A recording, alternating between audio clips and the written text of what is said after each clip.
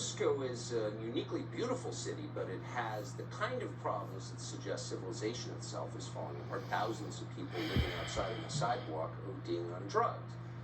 One of the problems that San Francisco doesn't have is not enough racial reparations, but they're trying to solve that problem. Of course, there's now a reparations committee, and after careful deliberation, the reparations committee has just made a big proposal, and Fox's Trace Gallagher has been on the story and has it for us tonight. Hey, Trace.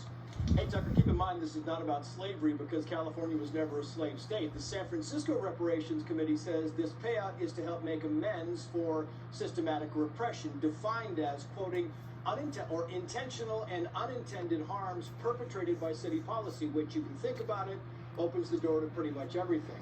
Now, to be eligible for the $5 million payout, you must be 18, identify as Black or African American for at least 10 years. You can also qualify if you were born in San Francisco between 1940 and 1996. Additionally, you can get the $5 million by being, quote, personally or the direct descendant of someone incarcerated by the failed war on drugs. So if you or a parent was put in prison for, say, dealing drugs from 1971 to roughly 2009, you're eligible. The proposal also would forgive home mortgages, student loans, and credit card debt because, quote, Black households have costlier or riskier debt. San Francisco has 44,000 Black residents. If half of them qualify, that's $100 billion, and that does not include paying off anyone's debt.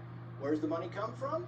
It's unclear because San Francisco has a $728 million deficit. The city can't really look to the state because California has an estimated $25 billion shortfall and might also be on the hook for its own $500 billion reparations plan. Tucker. Trace Gallagher for us tonight. Amazing. Thank you so much. Good to see you. Yep. So reparations schemes like that do raise a pretty interesting question. If you can change your sex just by saying it, why can't you change your race? Both are immutable characteristics that are determined by genetics, not choice. So if you can change one, why not the other?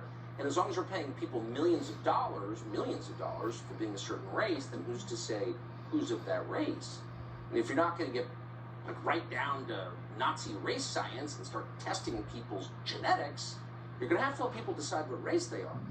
And everybody's going to be the favored race once that's allowed. Is anyone thinking this through? And you're already seeing it, by the way. So it's MLK Day today. And so, of course, this is an opportunity for Joe Biden to show up and pretend that he actually is Black. You didn't know that, but watch this. He is. I must say one thing to rest. I may be a practicing Catholic. We used to go to 7:30 Mass every morning in high school and then in college before I went to the Black church. Not a joke. Andy knows this. Yeah, he was raised in the Black church. In fact, he may apply for some of those reparations in San Francisco. Keep an eye out for that.